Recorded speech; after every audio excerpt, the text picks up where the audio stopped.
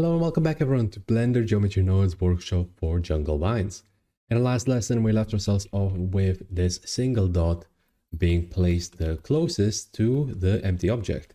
Now we're going to make use out of it and actually start setting ourselves up with the shortest edge paths. So the way we're going to do it is by grabbing ourselves a new node. I'm just going to go ahead and move this group output all the way to the right side. We're going to grab ourselves a new node called Edge Paths to Curves. Let's go ahead and click Shift and A, search for Edge Paths to Curves, this one over here, and let's add it into our geometry. Now I'm going to go ahead and delete the viewer like so, and we're going to be left with nothing. The reason being is that we do not have a start vertices and the next vertex index. So let's go ahead and sort that out. For the value of the next vertex index for us to make use out of, we're going to make use out of the shortest edge paths. So we're basically going to grab ourselves the destination and we're going to make use out of that to grow the vines. Let's go ahead and search for edge paths. Shortest edge paths, this one over here.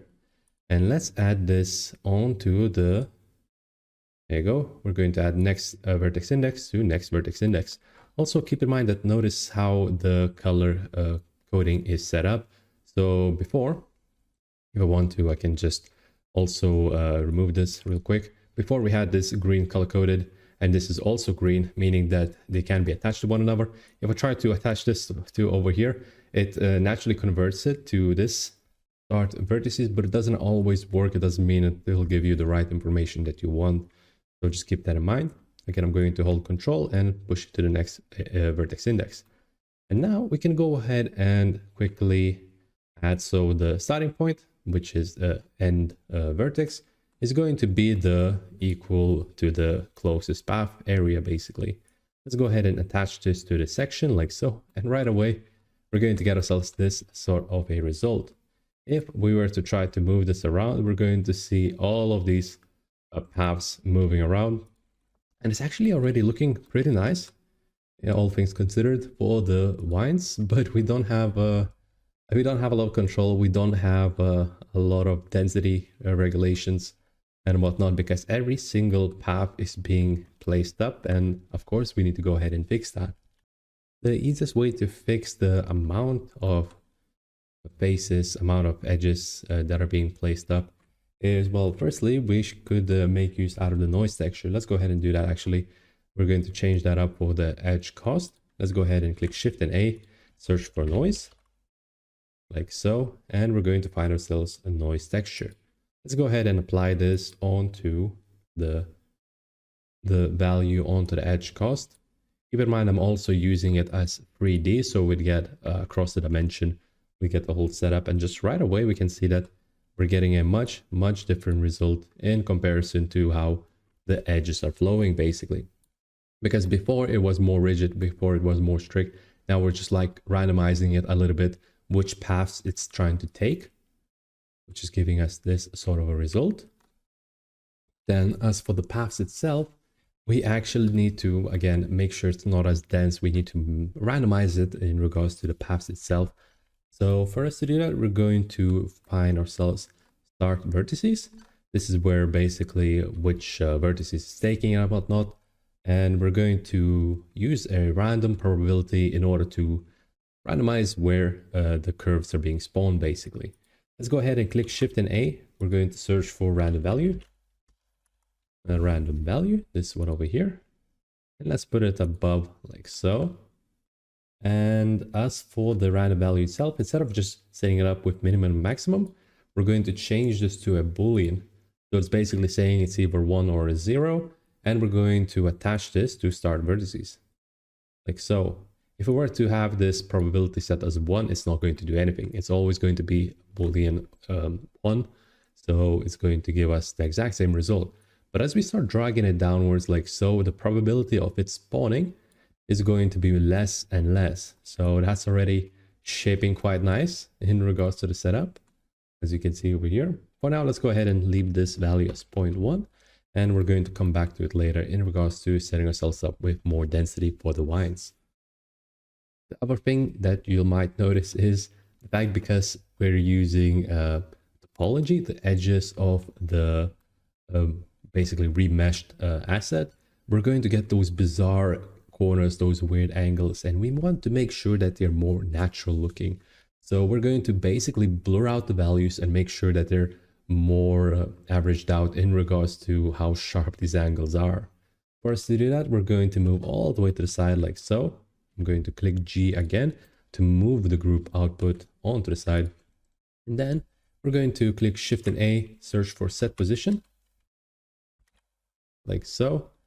We're going to find ourselves the position and we're going to attach it to the very end, like so. As for the position itself, we're just going to blur out the values as we said. So there is a very nice node for that. We're going to click Shift and A and search for blur attribute, like so. And we're going to attach this value to the position just like that. And of course, it's not going to give us the right result because we actually need to grab the original position values. So we not set that up with value because right now it's just, it doesn't know what it's doing basically. It doesn't have the original value for the curves. So for us to do that, we're going to click Shift and A, we're going to search for position, and we're going to grab ourselves the position of the geometry. We're going to add this into the value just like that. And we will, let me have a look. It's not giving us the right value. And yes, the reason being is the blur attribute is not set up with the right value. We need to change the float value to be a vector value. There you go. Since we're working in a 3D space, we need to blur that out.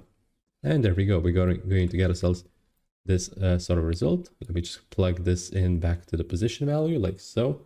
Now, if we add this to the value position like so, we're going to smoothen them out. And as you can see over here, if we add more iterations, for example, it's going to smooth them out even further. For now, I'd say we can leave this at a value of 2. I think 2 will be just right. It's making sure that we're not getting too overly crazy with removing the amount of angles. But at the same time, 2 will also just remove those sharper corners. So next thing is we talked a little bit in regards to the density already, in regards to removing the density through this section over here, through the probability of spawning it. But the thing is, it's actually just removing the spawning sections, but we want to make sure we also randomize which paths it's taking and whatnot. We need to make sure we delete some of them on top of it in order to make it look a little bit more natural with which paths it's taking. So for us to do that, we're going to go ahead and move the group output even further. We're going to grab ourselves a node called delete geometry. The delete geometry, if we were to just simply apply it, it's just going to delete the geometry of our choice. And of course, we don't want this. We need to make sure we make use out of the selection. But a selection, we're going to again make use out of the Boolean random value. We can simply grab this random Boolean value over here, and we can just click Shift D, G, and then move it to the side like so.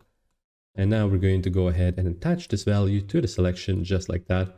And just by simply making use out of that, we're going to work on the, feels like it's not giving me the right choice. And yeah, the reason being is because it's deleting points. So it's taking each of the individual points, and the more I delete, the more straight up lines we're getting. We don't want to delete the points. We actually want to delete those curves, the splines. So we're going to go ahead and switch that up. We're going to go on this delete geometry and change from point to spline. So now it's actually just deleting the splines themselves, as you can see over here. And this way we can control which ones we want to keep, which ones we want to delete. The more we take them away, the less of a density it's going to have for us. Naturally, we want the user to be able to control the density, so we're actually going to make use out of this value to be able to control that. So for us to do that, we're going to make ourselves a new value. We're going to, within the interface, we're going to click on this plus symbol over here. We're going to grab ourselves the input, make sure it's at the very bottom, and we're going to change the name to this to density, like so.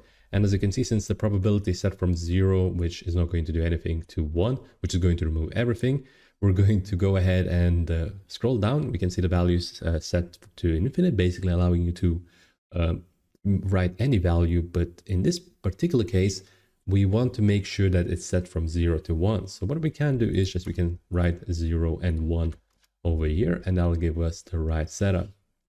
Now we're going to go ahead and grab ourselves a group input, like so. Group input over here. We're going to attach the density to the probability just like that. And the default value, we can keep it at 0. The downside of this though is now that we start changing the density over here, you can see that it's actually doing quite the opposite. Naturally, when you want to have a value of density set to 1, you'd assume that the density is going to be more. You'd assume that there's going to be more wines in this section. And as you're getting closer to 0, you should get less. So we're going to actually invert this. And it's actually quite simple to do. All we got to do is just simply subtract this value from 1. So let's go ahead and do that. I'm going to go ahead and click Shift and A, search for a maths value, maths node that is, and I'm going to go ahead and add it over here. And I'm going to change this from add to subtract. But the thing is that we need to subtract this value from 1. So we can simply hold Control and change the value over here. Or alternatively, if you click Alt and S, you'll notice that it's actually switching up the values. So Alt and S switches them up. It's a very nice shortcut to make use out of whenever you want to quickly switch up the values like so. And again, we're going to make sure we subtract this from a value of 1, which inverts basically the setup. So as we get closer to 1, we're going to get more and more. As we get closer to 0, we're going to get less and less. And that is exactly what we want to make use out of in regards to the density. It's already shaping pretty well overall. I'm quite happy with the result. Now we're going to go ahead and move on with the setup, and we're going to continue on with this in the next lesson. Thank you so much for watching, and I will be seeing you in a bit.